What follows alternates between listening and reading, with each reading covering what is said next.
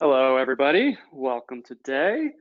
So appreciate you coming on for the webinar. Today, we're going to do the top 3 ways to optimize your supply chain and prevent stockouts with AI.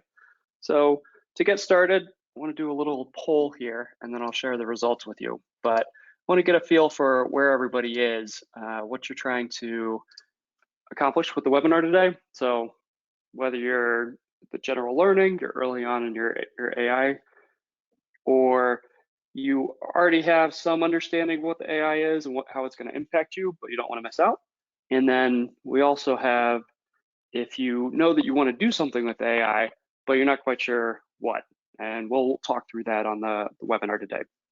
And then if you're comparing AI solutions, thanks for coming and learning more about Able. We'll talk you through that. We'll do a demo today and you can see more there. So looks like the solutions are coming in. See a lot of people here for general learning and some people that are comparing AI solutions. So, and a little bit of the other two as well. So we'll talk a little bit about the top 3 use cases and then we'll do a demo later on. Let me close this poll. I think we've got most people answering. We'll wait as a few people come on in the next minute or two and then we'll get started. Looks like, yeah, that stayed true. Most people are here for general learning. And today we've got Jonathan. It's Jonathan Ray. He's a co-founder here at Able, and he's been in supply chain for several decades now. Has a background in manufacturing and an engineer. And then he's been in AI here over at BeyondCore and Salesforce. And then he's been a co-founder at Able. And we've got Rutika Machala. So she has been a SaaS expert for 10 years and a background at McKinsey and HBS. So she'll be on our panel as well, talking with Jonathan. I think with that, we'll go ahead and get started. Let me turn it over to you, Jonathan. Yeah, and Ritika, I'm seeing a white screen. Jim, are you having the same thing, or is that showing up? I do see the white screen. Do you have the presentation, Ritika? I can share it if you like. Yeah, I am actually seeing that, but let me go back and. All right, well, we're getting the tech sorted out. I just want to provide a little bit more on my background. So thanks, Jim, for this setup. I'm Jonathan Ray, co-founder here at Able. The background you alluded to, my background, I'm a mechanical engineer, started in factory automation, actually designing intelligent automation equipment. So living on the shop floor and all of the challenges that come along with that, supply chain and otherwise. Then went back, got my MBA from University of Chicago Booth, where I cut over to the other side of the table and focused on running the business. And yeah, challenges faced there were fairly similar. We were a large manufacturer producing equipment for companies building factory automation, imagine that. And faced many challenges in that space as well. Ultimately came across Arijit Sengupta, our founder and CEO's first startup, BeyondCore. And it was at that point that I first saw how he and his team were applying this technology to the business side and really resonated with how powerful this could be. Ultimately ended up purchasing that technology as a customer and was able to identify several $1 million worth of value and improvement within my organization. Ultimately, BeyondCore was acquired by Salesforce, and I was asked to come speak at Salesforce's Dreamforce event. Got to spend the week with Arijit and the team.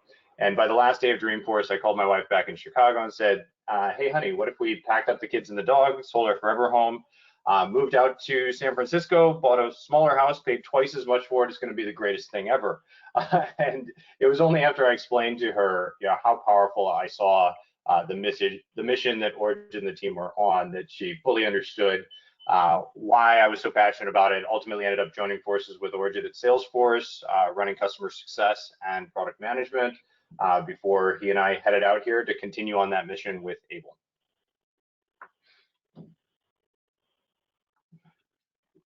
Ritika, you want to provide any addition on your background or dive right into it? That's great. I love your story, Jonathan. The way you've come about, going to BeyondCore and then to Able and everything that you're building now, because everything you've done in the past has led up to it. So that's fantastic. For me, I'll chime in a little bit more. I have been on the business side, like Jim mentioned, for 10 years, worked with several large companies, governments across many different industries. And I've seen the evolution of how, data is being used to solve so many different problems, and AI is being used to solve so many different problems that we were doing very manually. So the first problem I solved for a pharma client, one of the very large pharma companies at McKinsey, was around sales optimization, where if we had AI back then, we could have done a fantastic job in terms of what we recommended to them. But what we did know there, we use data, but we use a lot of business intelligence without the AI layer. And now today, the approach that Able is taking, and the where the world is at, will let them do so much better and will let companies do so much better. So that gets me very excited about the space. And, we can just dive deep into the operations side now with Jonathan. Yeah, absolutely. And key takeaway here is we come from the business side. We've lived it day in and day out, and that really shapes the direction that we're headed with Able. But let's take a look at what's going on in the environment right now. All right, we're definitely facing some unprecedented challenges around operations and supply chain that we haven't really faced before. And what we're dealing with on this level is really, you look at the charts and the graphs, it's absolutely beyond what any of us could have ever dreamed in terms of issues. And coming from supply chain, we're used to dealing with critical issues, critical disruptions.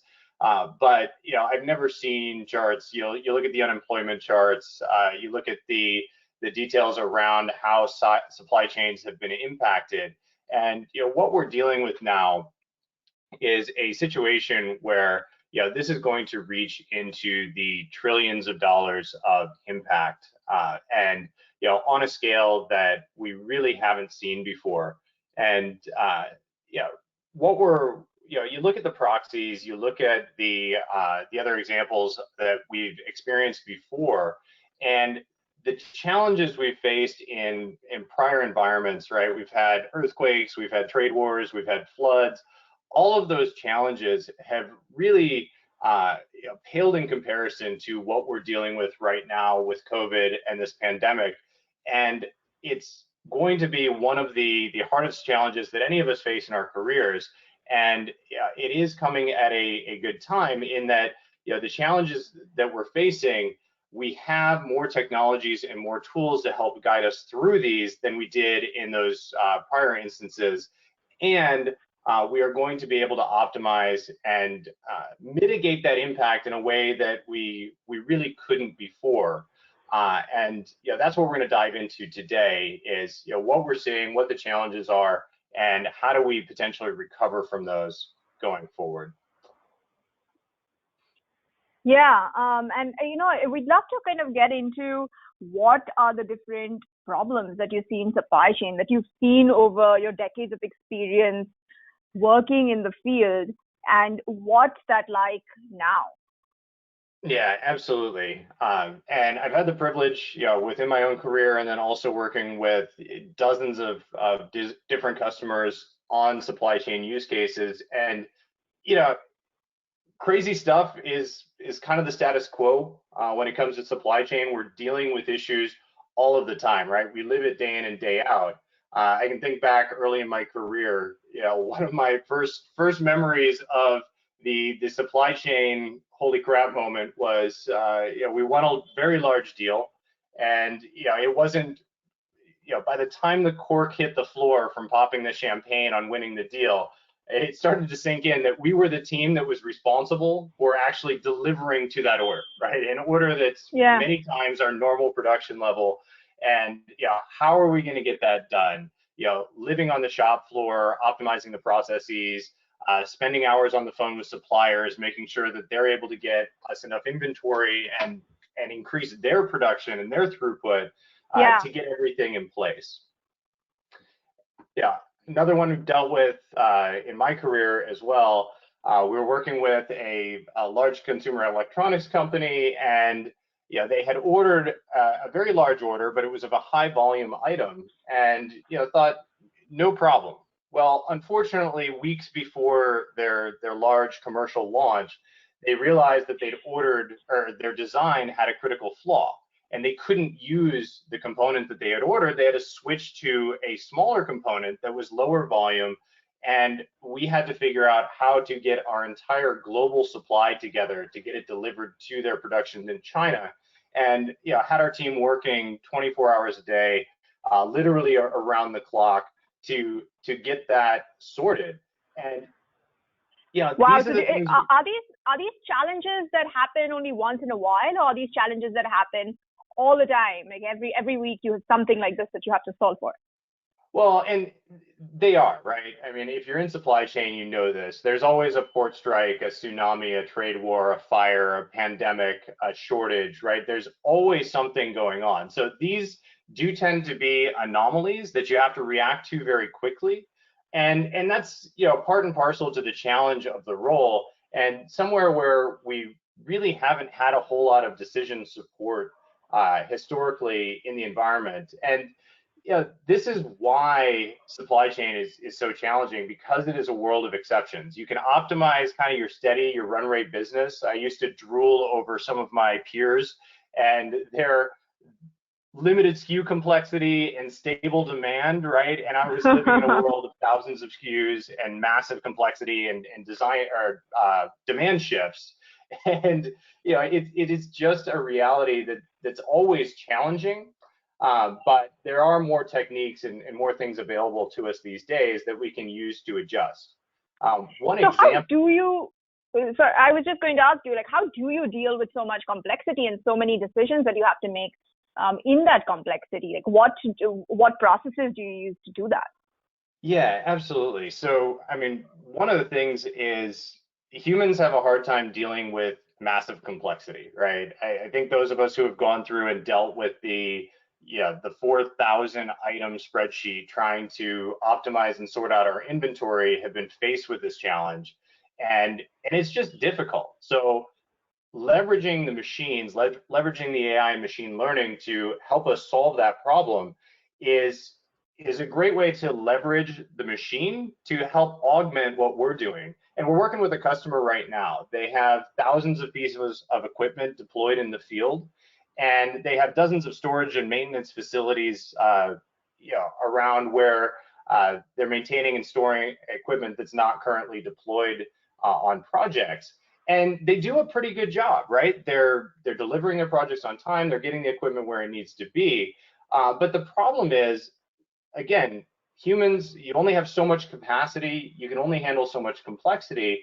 And so even though they were doing a good job on the core components, since they were focused on the value added equipment, they were spending less time on focusing on the equipment that was sitting idle. And what we were able to do in our project with Able is identify hundreds of thousands of dollars of savings just by taking a look at the inventory that was out there and actually providing a prescription as to whether or not the inventory was net value positive or negative.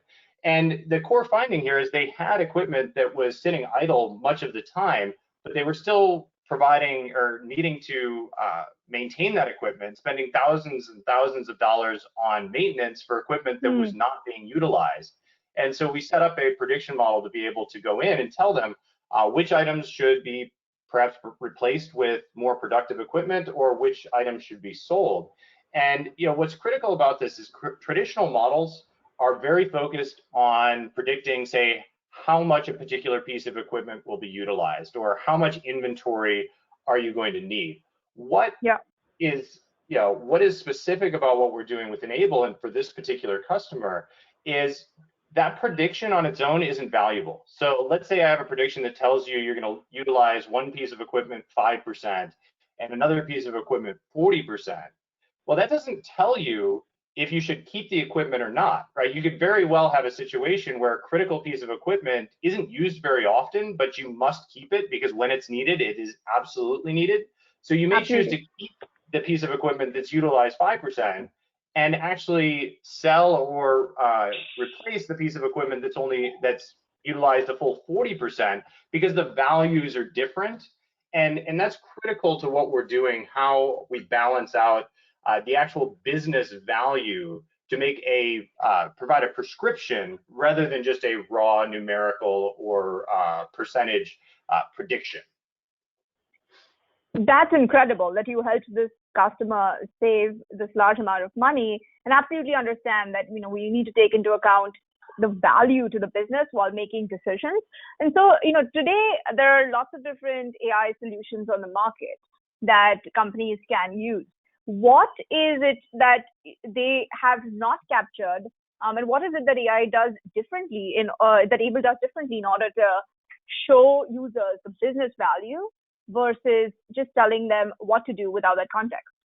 Yeah, absolutely. The top challenge in the space today is most traditional methods and data science are really trained and evaluated based on how well they predict a specific outcome across your entire population.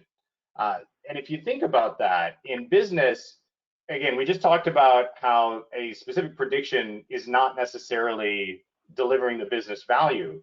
But the other component of that is you typically don't have the resource available to do everything, right? So you have a limited capacity. You have to choose where you focus that limited capacity to get the greatest impact. And you don't really care. If you can only choose to focus on 10% of your inventory or material expedites, those sorts of things, you don't really care how well the model performs on the other 90%. And so Able focuses in on your realistic capacity constraints and also the value that can be delivered within that limited capacity so you can get the most out of it. And this really isn't magic, right? All we're using is really combining the business intelligence with the artificial intelligence. And it's all stuff you should do, but typically don't have time. When's the last time you actually went through and calculated all of the inventory holding costs for all of the excess and obsolete inventory you have across the business? Right? When was the last time for an expedite that you put through that you actually put down and weighed the cost benefit trade-offs of making that expedite? How much was it going to cost versus the value that was provided? Right? These are things that you know how to do already, but in all the complexity and all the transactions going through, it's just simply not possible to address each of those manually with the calculations we know how to do.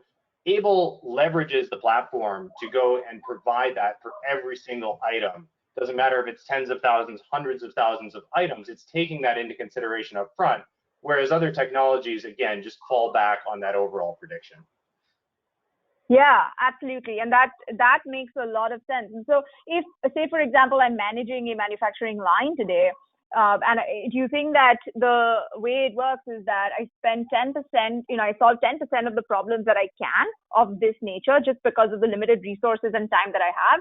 And now with Able, I'll be able to get to, say, 80% or 90%. And that can have a huge impact because of the long tail that can add up to solve these problems. Well, the question is, it's not necessarily about moving from addressing 10% now to 80%, right?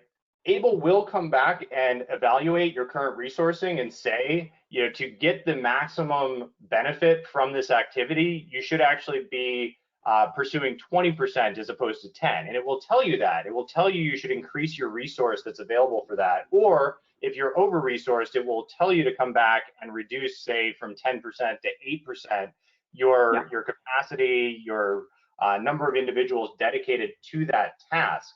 But the thing that's important is it's not about trying to boil the ocean and pursue everything, because that long tail always has a diminishing return, right? And so what Able does is it prioritizes and it tells you which things should you address and where should you adjust resourcing so that you get the maximum impact across the limited activity that you have available within the organization.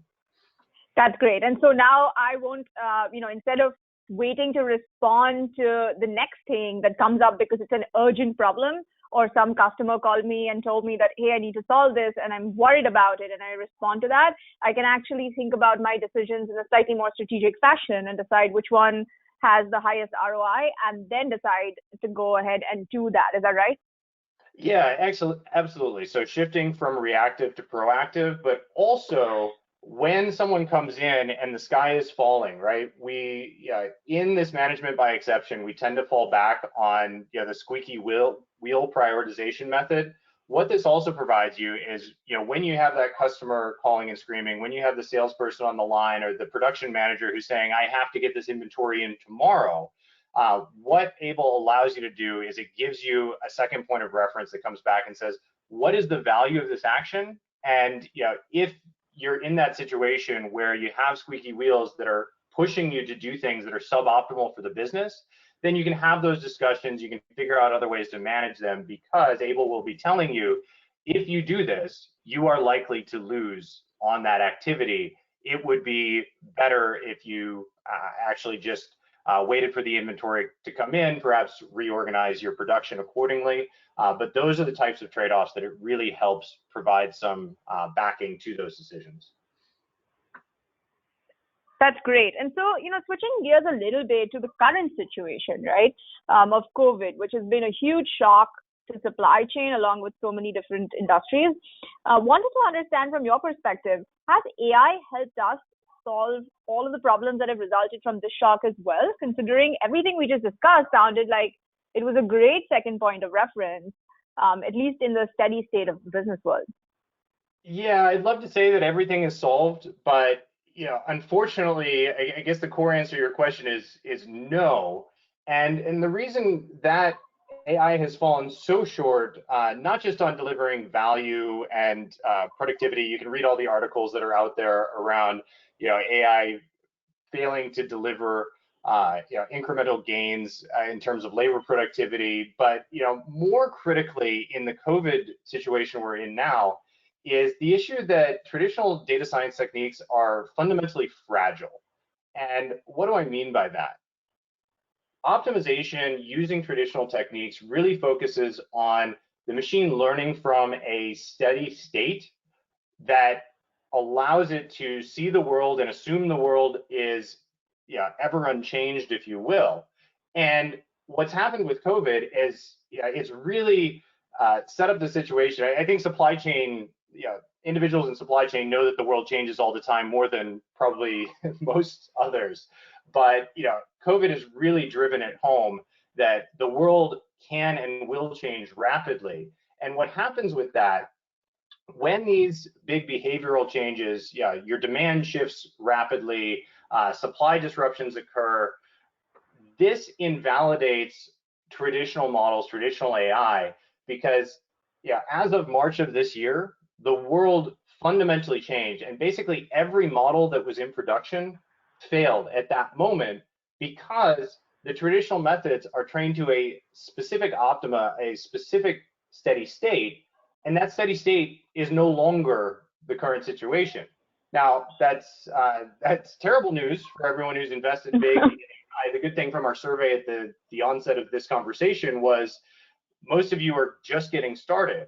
And this is actually a good thing, because the slate has been wiped clear, right? Everyone's on a level playing field right now, because all of your competitors that you were worried were, perhaps years ahead of you are back to ground zero, because everything they put in place has been undermined now, because this learning by example does not work when the environment is changing. AI on its own can't figure out what to do, and it's going to be many more months, perhaps even a year or more, before things stabilize to a level where those traditional techniques can work. And so in the meantime, what do? We're falling back on tried and true methods, right? We're carrying more inventory. We're going to look at diversifying our supply chains and try to kind of go back to the old way of doing things before we had models and advanced techniques to lean out our supply chains. But we also know that this is going to have an impact on the bottom line, right? Just going back to fatter supply chains, more inventory, that's very costly. That's why we've spent so much effort trying to get that waste out. But ultimately, the other solutions in the market really aren't able to do anything with what's going on in this market. And one of the things that I've been asked many times around what we're doing with Able, because we are in a position where we can help in this space because of the adaptability that we've built in. But oftentimes what we're doing, we're going back to the whiteboard. We're going back to Post-it notes and having the calls and trying to figure out what the actions we take. And people have come back and asked me who are our major competitors. I usually list Expo and 3M, right? Expo whiteboard markers and 3M Post-it notes, because that's the only option with what else is out there. Forget about it. If you're not using something that's adaptable and can adjust to that reality, you don't have any play for the next year or so. Yeah, I think we're all struggling to adjust to this new reality and finding different ways to do that. How does Able actually handle this? You mentioned that other AI solutions are not able to because of the reason that the data is shifted, and your predictions based on past data don't make sense. So what can Able do to help us with this? Yeah, this is really core to what we do, and the fundamental premise here is traditional techniques, AI, they're just fundamental limitations to what it can do. And artificial intelligence is great with math, it's great at complexity, but it's not smart enough to understand context, strategy, those sorts of things. And we should all be grateful, because when artificial intelligence finally does get to the point where it can understand those things, none of us are going to have jobs, right? We'll all be sitting in my play. But it's a particular challenge because it relies on consistency and steady state.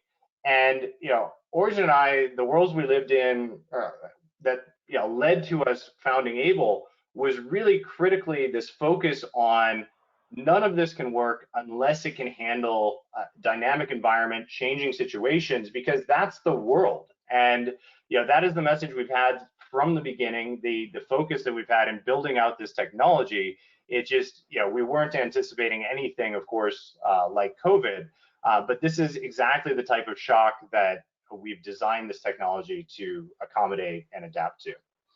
And so are we saying that we, till we hit a new frontier of technology where we have artificial general intelligence, which could happen based on any predictions between 2050 and onwards, we think that we cannot solve these problems just using technology?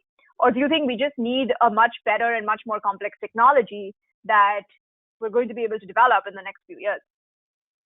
Yeah, well, AGI would be great. Unfortunately, I don't think that's going to help us with COVID. But the great thing is, even though the techniques in the artificial intelligence of today have their limitations, there's this great intelligence in the world, and it can adapt to changing environments and strategy and context. It's called human intelligence. And what we find is, don't outsource your business to the algorithms, right? In fact, if you ever come across a company that says just turn it over to the machine, right? Allow the technology to run your business, I mean, slam the door, hang up the call, run away as fast as you can, because human intelligence is still absolutely critical in this space. And Origin Sengupta, our founder and CEO, and the broader Able team, we've collectively been on this mission. We've got decades and decades of experience building augmented intelligence techniques. And Origin's prior startup that I mentioned, BeyondCore, that was acquired, became part of the Salesforce Einstein platform. That technology was focused primarily on augmented intelligence, where the machine was augmenting human intelligence. Right? And when we left, when we decided we were going to really embark on the next phase of this journey and the mission we're on, we shifted the focus, and Able, we really shifted that so the augmentation goes both ways. It's bidirectional. So it's not just the machine augmenting human decision making, it's also the humans providing feedback into the AI to allow it to adapt and contextualize, because the machine's great at scale. It's great at doing a lot of math and doing all that complexity.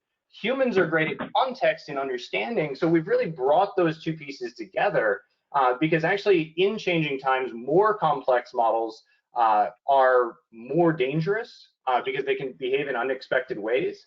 Able will adapt and adjust based on your scenarios to select the appropriate techniques, and we can use imperfect data, right? There will be some situations where the world has changed so much, there's nothing that anybody can do, Able included. But for the vast majority of cases where you're just seeing a severe shift in demand or an increase here or there, you can use your existing data overlaid with your human intelligence to say, I have seen a situation where I used to win 25% of my deals, but now I'm only winning 7% of my deals because people are locking down, they're not spending. We can provide those adjustments in. If you're supplying into restaurant businesses, when the dining room opens 25%, that's going to shift your demand and your product mix. When it opens to 50%, it's going to adjust, and so forth, to the tune of, also, some locations we're looking at right now, we may be seeing a reversal where things are shutting back down, and being able to model and plan for those different scenarios. What if Florida shuts down again? What if Texas shuts down again? What if other areas in the country do manage to continue to suppress it and things open up completely? All of those different scenarios are things that we can lay out, and Ritika, I believe you're going to show us in a demo in a little bit, how we accommodate for that to adjust and provide the flexibility and critically resiliency around the changing environment. And when it comes down to it, the patents that we have with Able, the IP that we put together, it's fundamentally focused around this bidirectional communication, utilizing the best of both worlds, the best of artificial intelligence and the best of human intelligence to be able to adjust and adapt. I like that. That's fantastic. And like my understanding is that currently, for example, if you use any traditional AI solution, you are going to have a little bit of human intelligence where you are going to make decisions as a human on like what to do, what not to do, and what that optimization function looks like. But what my understanding is with Able is that you can actually do that in a way that business users can input their human intelligence without having to go through multiple layers of changes, working with multiple different stakeholders. And as a result, you can move much faster and make much better decisions that are better for the organization and its profitability. Is that something that you think is correct? Yeah, absolutely right. Yeah, data scientists know how to do this stuff right.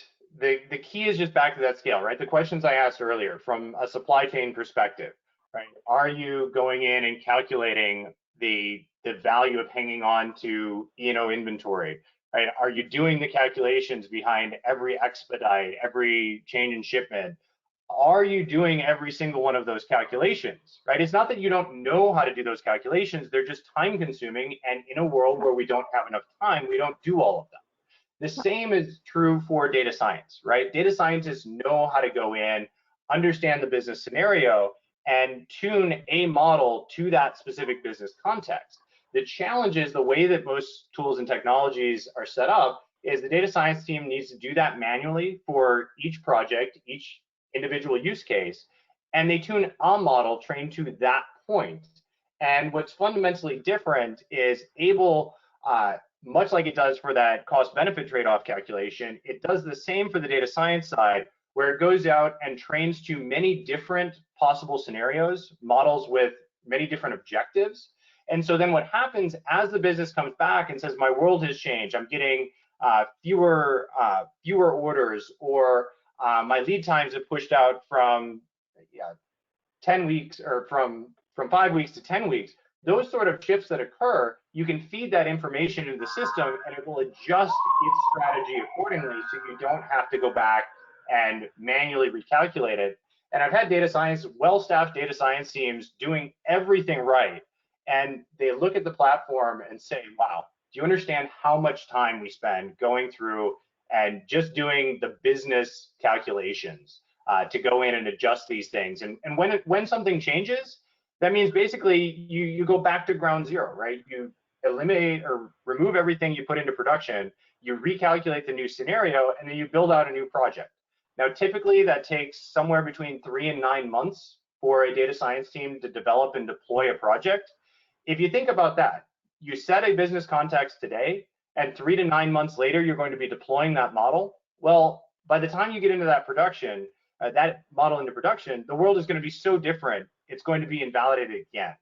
The key Yeah. with Able is you can put that adjustment in, make a decision, collaborate with the team, push that into production within a matter of minutes. You can adapt daily, weekly, whatever makes sense for your business as things change. And that's a critical difference. It's, again, allowing the machine to do the math, the difficult things to do at scale, allow the humans to provide the context. Yeah, absolutely. And then again, in this COVID world, we're seeing that cities are opening up, but then very quickly shutting down as cases spike, right? And things are changing week to week around the world across different places. And if you need to handle that, then you absolutely cannot wait for 6 to 9 months to get some results and then make decisions based on that. Yeah, exactly. And what our customers are doing is they're laying out different scenarios, right? They're laying out the scenarios even by region and saying, what if Florida shuts down again? What does my my Southeast warehouse need to have on the shelf if it's shutting down? If we're seeing the Northeast opening up, then what should I be doing? What should I be balancing? But also, you can set up a scenario and say, well, what if things do start to get worse in the Northeast? You can have that scenario ready so you're not caught off guard. You know what the shift is going to be. You can model that and get ahead of it. So as those changes occur, you have that strategy to go to and adjust on the fly in a matter of minutes. And that's great. Jonathan, can you talk to us a little bit about one of our customers, NCR, and how Able has been helping them? Yeah, absolutely. And this is really a company that's focused on using technology to really change how they're organizing beyond supply chain, but critically in supply chain, just really looking at going in and seeing how their business is working today. Again, finding out where they can optimize, but fundamentally, it's about these issues where we're going into these environments where the team knows, right? You know there's something missing, right? You don't have enough arms to get to every corner that has hidden value. And fundamentally, in our work with NCR, it has been about identifying in many areas of the business where they should focus and optimize, because again, predictions are not providing them the ability to adapt. And as things are shifting, I mean, talk about a company that's receiving payments and the change in focus around different methods of payment and things of that level. That is a critical shift. I used to never think twice about sticking my chip into a gas pump and typing in my zip code and everything was all good. Well, I can tell you, I treat a gas pump today like it is some horrible infected beast that's going to I know what you mean. serious consequences to my life, right? And it's that sort of shift when you have customers shifting their demand, shifting that profile. It's critically important to be able to react to those changes quickly. The team on the ground at NCR, they know these patterns. They see these things shifting. They see the demand changing, and the Able approach is allowing them to focus on different areas of importance, all the way from sales on down to inventory management, because it's all connected. It's one cohesive whole, and that's why we're able to deliver value to organizations like NCR. And I'm sure that it makes a huge difference for them, at least right now, and definitely going forward as well. The next thing I'm going to do is I'm going to show you guys a demo of what Able looks like, so you know what our conversation translates to in terms of actually hitting things on ground. Give me a second to change my screen.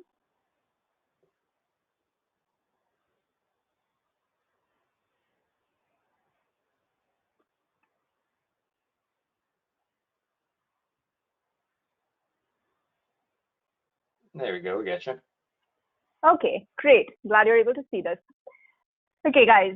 So what we're going to talk about today is an example of a supply chain problem, which I'm sure all of you have faced. It's related to material expedites in your supply chain.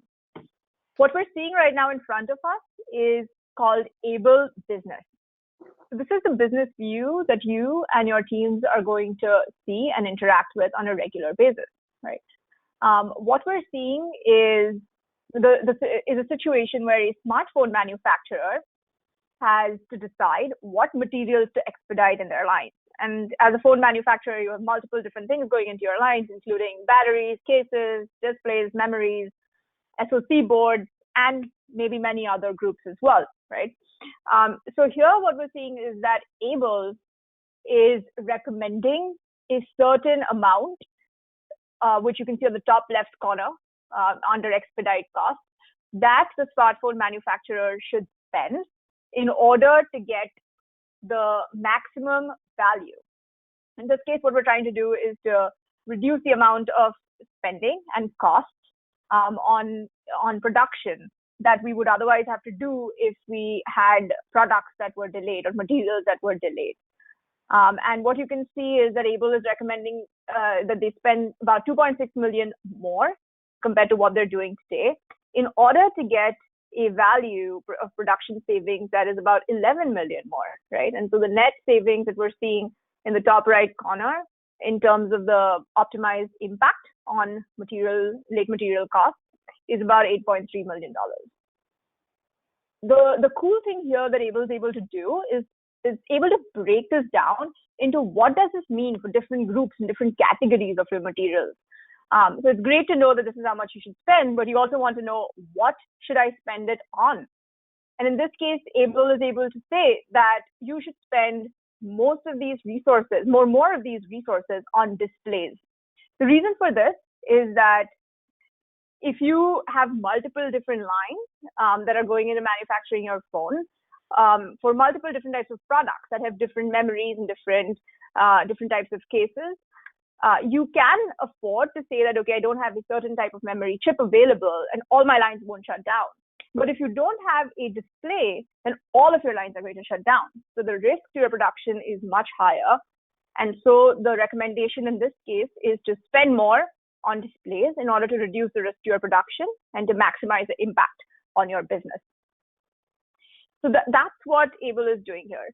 Now, this is all well and good in a scenario where the top level management is providing a strategy, right? But this strategy needs to flow down to all of the different people on your front line, including the mid-level managers. So what Able lets you do here is Able has an app that's called Able for One. What this does is that you can send this Able for One app to your managers who can now go in and take action based on the strategy and based on what the strategy is recommending. So for example, here you can say that I want to look at a scenario for a certain model if I'm a manager for a certain model. Let's say I'm a manager for a model which is 7 Pro, and I want to know what should I do with my different components. Should I expedite all of them? Should I expedite some of them? Should I not expedite any of them, right? Now Able will provide a prediction of what to do. We're going to wait for that to show up just in a second. Yeah, and as that's pulling up, one of the critical things here is this panel that Pratik is showing. We have native integrations into Salesforce, Tableau, Marketo, and this information can be provided across different platforms as well, because we have APIs that can connect into virtually any system so that you can surface these insights right in the system of record. Because what we found in practice is individuals aren't going to cut over to a third system or a secondary system. If you can provide the predictions and recommendations in context within the systems they're already working in, that's where you deliver the most value and have the highest probability that those individuals are going to actually observe and take the appropriate actions. Absolutely. And so here in this case, the action that's being recommended is that this manager of this particular model should be expediting 4 different types of materials and not expediting one of them, right? And if you go to a different what if scenario, where the model is different. We have a model number called XP. Here, the recommendation is that everything gets expedited. So now what this does is that the model translates your strategy into very specific actions for very specific cases, which makes it much more likely that people are going to get value from this at all layers of your business. The other cool thing is that it's not that we're not taking into account human intelligence. So for example, if the manager decides that, hey, I don't think this is the right answer for XYZ reasons, because, you know, like I have some information which tells me that I should not be expediting memory chips since we have some on hand, but that's not being captured in the system. Then they can go in and give the model a thumbs up or a thumbs down, saying I like this model or I don't like this model.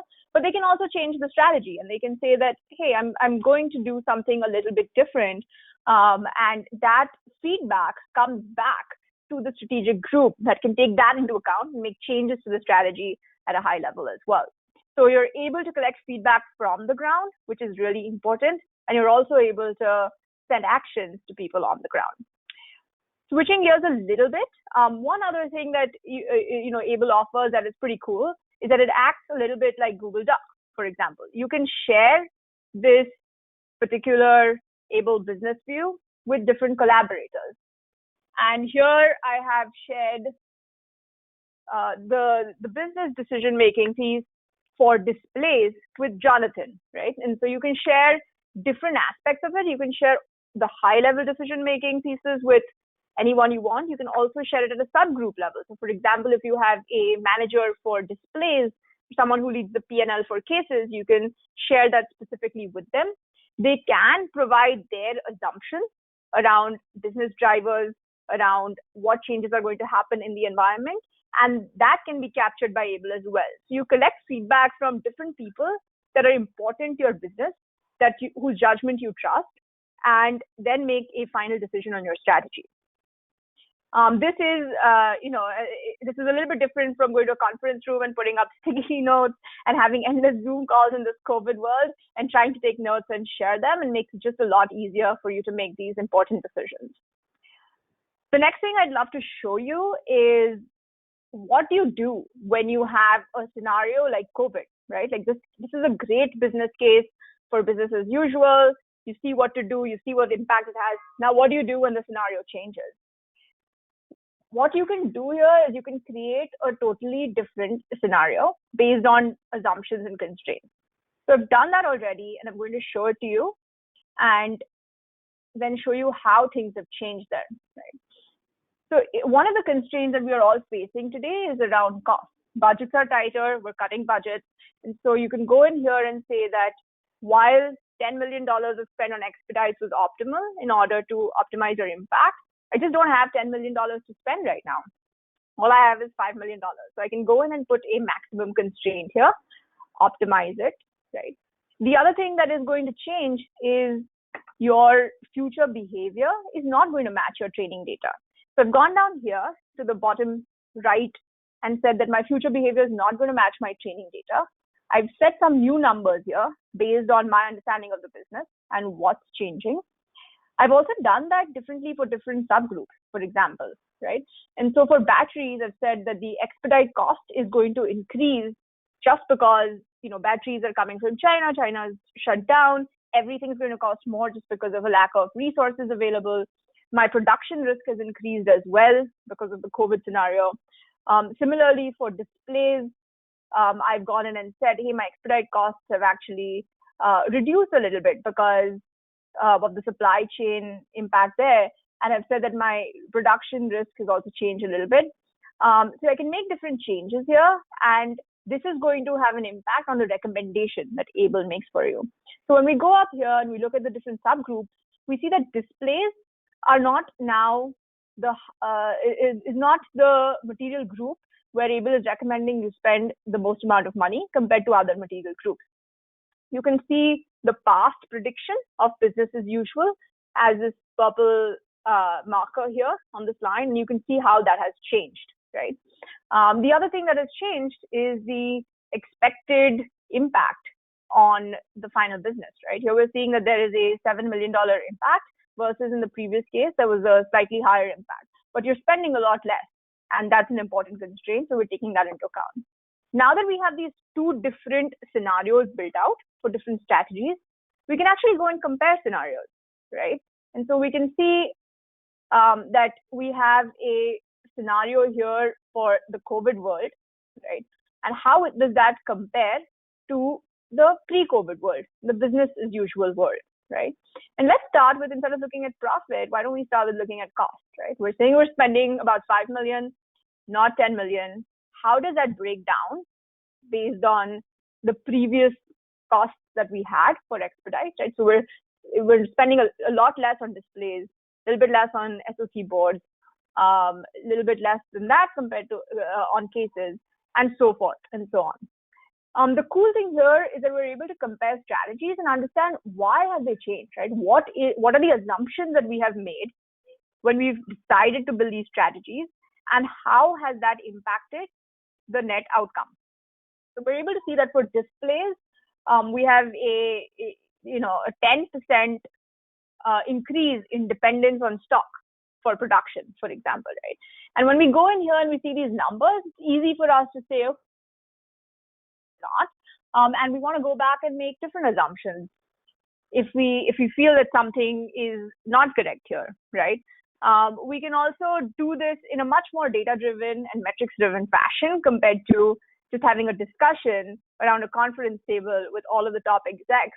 And we can also track this data after, say, a few weeks or a month and see, did this strategy actually play out the way we were thinking? Or do we need to go back and change something because assumptions that we had weren't actually true, or they've changed going forward? Once you've decided a strategy, what Able lets you do is it lets you deploy this into production, like Jonathan was mentioning as well, right? And so I am just waiting for my computer to let you see that. And so now when we say deploy strategy, we can see what impact it has on your business.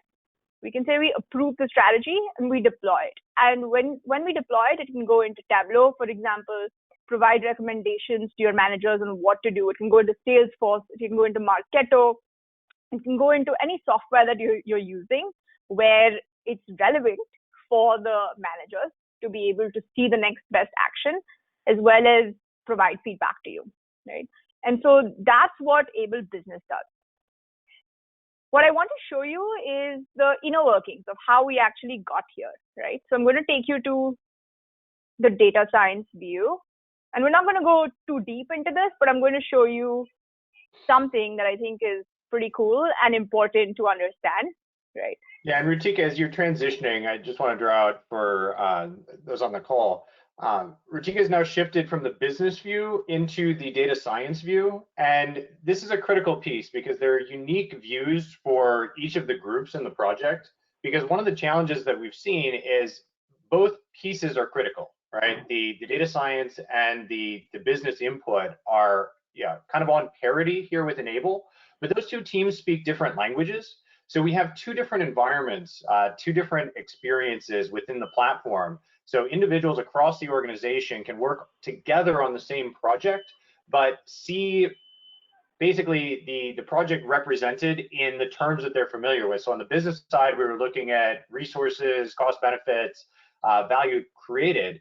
And on this side, it's a bit more technical. So Rutika, go ahead and take us through.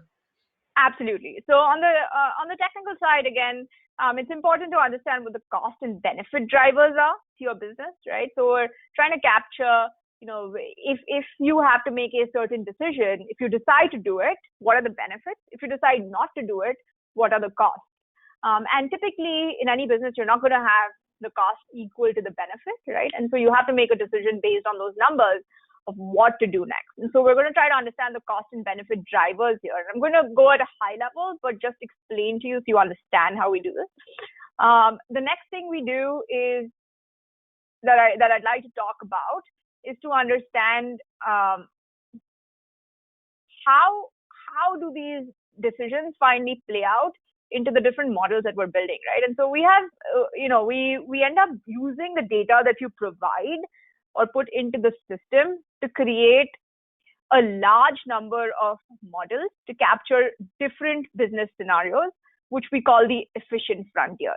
So anyone here that has done an MBA or has done a finance class might have come across this concept of efficient frontier. It's a finance concept where you decide what is the optimal portfolio to hold to maximize returns for a certain amount of risk, right? And so in this case, what Able is doing is creating a frontier of models which tells you basically for a certain type of strategy and for a certain set of assumptions, what is the right model to pick to maximize your profit, right? And so, for example, you might pick depending on your business conditions, you might want to pick a model that is actually a sprinter, which does really well in the short term, but isn't exactly great for the long term, right? Or you might want to pick a model that is a marathoner, which does really well over the long term, but isn't necessarily optimized for the short term, right? And I'm not going to, again, deep dive into this, but just wanted to give you guys an overview.